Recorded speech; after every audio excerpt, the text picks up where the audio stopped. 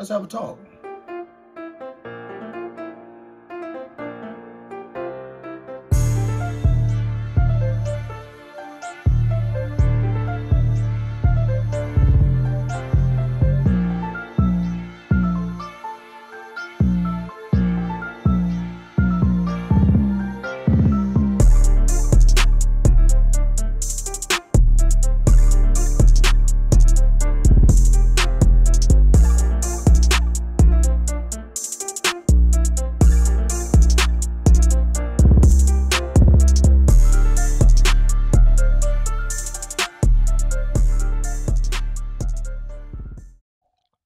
Yo, what's up? What's up? What's up? What's up? How is everybody doing? How is everybody doing?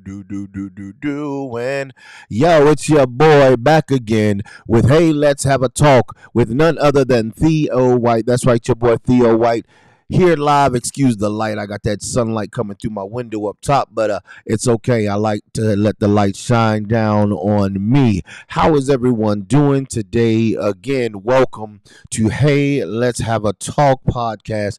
And today I want to talk about something that I've really been waiting to talk about, and that is what is going on with our youth today. And I say that because I'm transparent about mine. I look at my kids and I watch my kids on a daily basis. And sometimes I sit there and I say, you know what? They get that from their daddy. Okay, got it. They get that from their mom. Okay, got it. But where did that come from?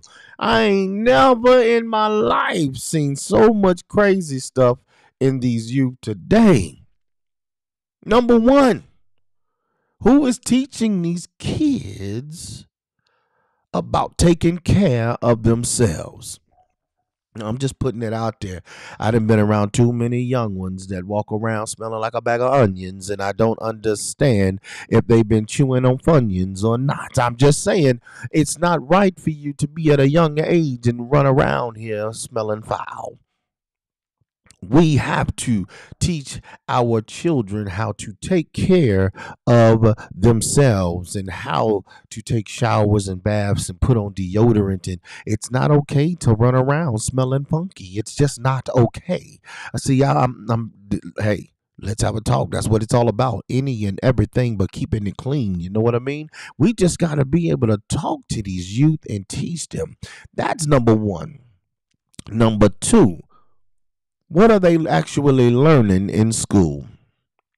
That's been a thing of mine for a long time, ever since they started with the whole Chromebook thing. I understand times is changing. I got it. Technology is changing.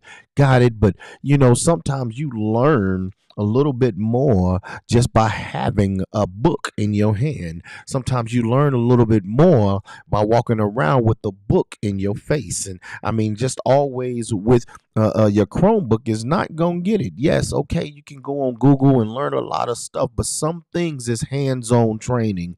What are these kids learning in school? Because when my kids get home and we sit at the table and I say, hey, what did you learn today? And they can't tell me what they learned when they just got home. It makes me wonder what's going on. Or if I can see that they've been on TikTok making TikTok videos while in school, what is going on? When my kids are failing their classes and they're not passing, and we have to, it's a new app out, or it's been out for a while, but my wife either gets emails or she gets it on the app, and it lets us know when our children are not doing the best that they should be. But we don't even get phone calls from the school. We don't get phone calls or letters or emails from the teachers. What happened to those days when a child is not doing good in class or is cutting up in class or doing something wrong? The parents are being notified. Now the parents are not being notified. I don't get it. Can somebody tell me what is going on with our youth of today? I mean, they're nonchalant. They don't pay attention to their surroundings. And that's very important to me. And I have to teach my children, you pay attention to your surroundings, because people are out snatching kids up even the more. They're setting traps up outside of Walmart and outside of Kroger's. Come on, somebody. I don't think you understand how serious it is for even, for our kids to walk around and think that, hey, it is what it is. I'm just me. I'm going to do what I do. Got my AirPods in my ears and not focus on what's going on around me. This world has become dangerous, and I don't think that a lot of people understand how dangerous it has become.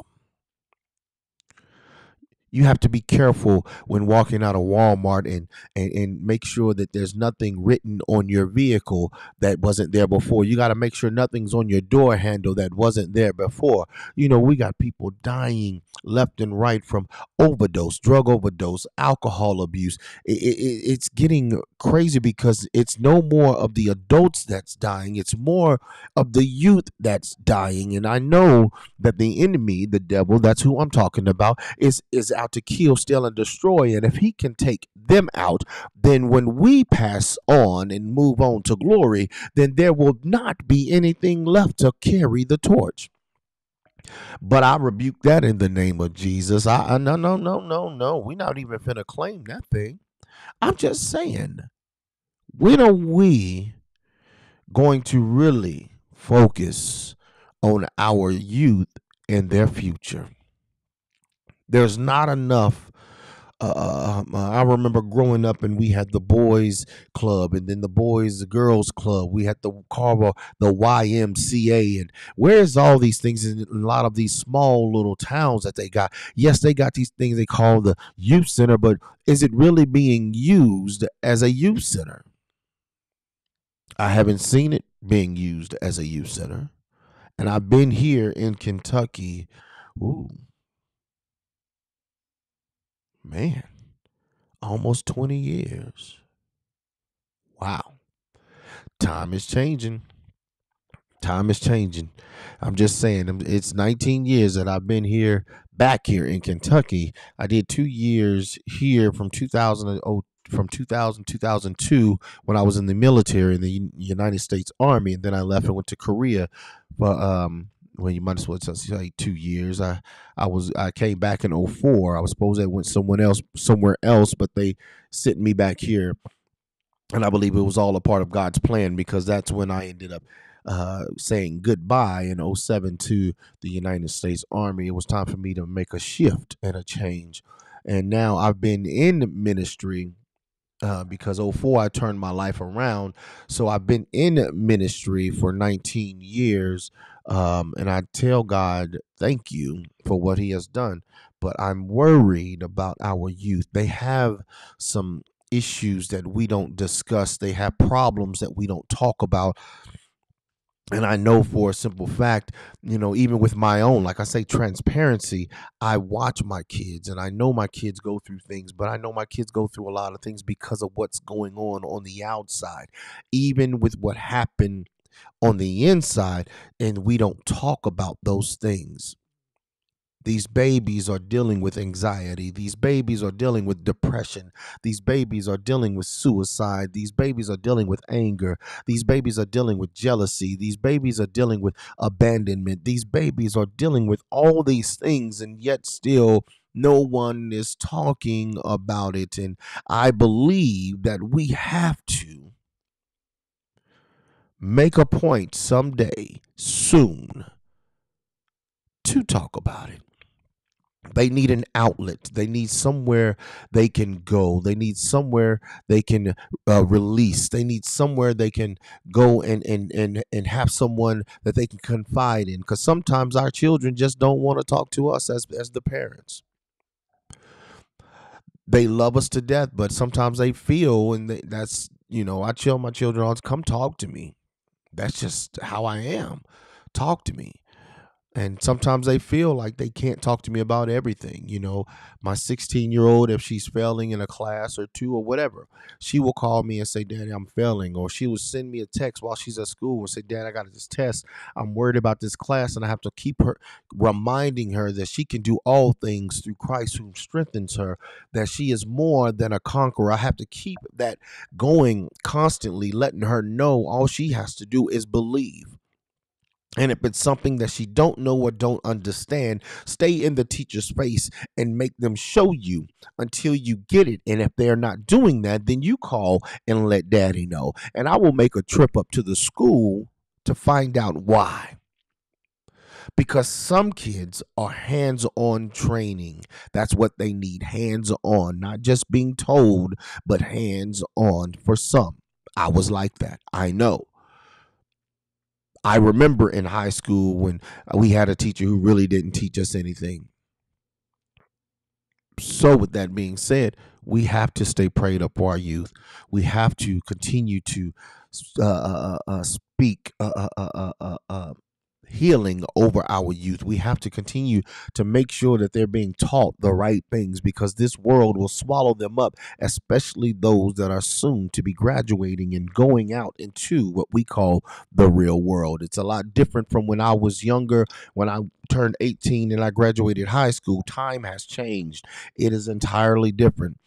So, with that being said, I have to really make sure that my children are equipped and ready to go out into this world. Yes, they're going to make mistakes. Got it. I made mistakes. I made a bunch of mistakes, but God still loved me enough to keep me covered. And that's all I really want them to know, is keep God first in everything that they do. Everything that they do. And that's what I need each and every one of us as adults. We really have to keep the pressure on our children, not abuse them, not beat them up. Come on now. We don't, none of that nonsense. Got it.